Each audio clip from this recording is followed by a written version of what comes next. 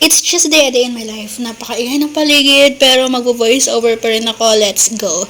Alas 7 ng umaga, nagagayak na ako, nag-aayos ng mga gamit kasi pupunta kami ngayon sa vaccine ng aking baby sa clinic para magpaturok ng kanyang vaccine. Ayun, may mga batang nag-iingay sa labas. Habang ako ay ganito, nag-voice over.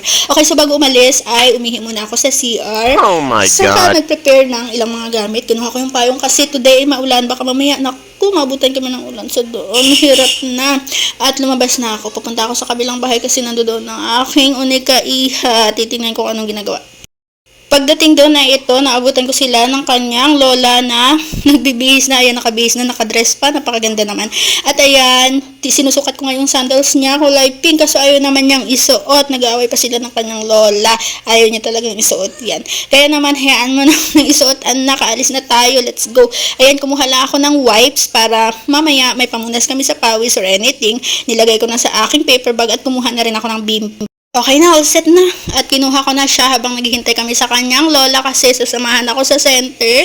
At ayan, lumabas na kami ng bahay, sumakay ng tricycle, tinawag ko lang si kuya ang aming service at ayan na nga, tuwang-tuwa ang bata. Nakalabas na naman ng bahay, minsan lang malabas. Dami na namang nakikita niyan. Alam mo ba, every time na bumabiyahe kami, lumalabas kami ng bahay, talagang napaka-behave ng aking unika iha. Talagang magmamasid lang sa paligid yan. Hindi siya nagliliko, talaga nakatingin lang sa paligid tapos ngiti-ngiti lang yan. At eto na, dumating na kami sa aming pupuntahan. Aakyat na kami sa pinakamataas na floor. Oh my God, hingalin naman ako. At iyon, pagdating ng bahay, ayun, pagod na pagod ang lola nyo. At kahapon nga may ganap dito sa bahay at may mga palobo. Kaya ngayon, oras na para maglinis at magligpit. Kaya pinagpuputok-putok ko na yan ng isa-isa. Nagtakip na lang ako ng ilong dahil nga may konting chemicals na lumalabas dyan every time na ipuputok na mahapdi sa aking balat. Kaya yan, pinagpuputok ko na lang yan. Ang daming ganap ngayong araw, ang daming pagod, pero kailangan natin to dahil wala namang ibang gagawa kundi ako. At ayun lang, share ko lang ang aking day to day. Bye!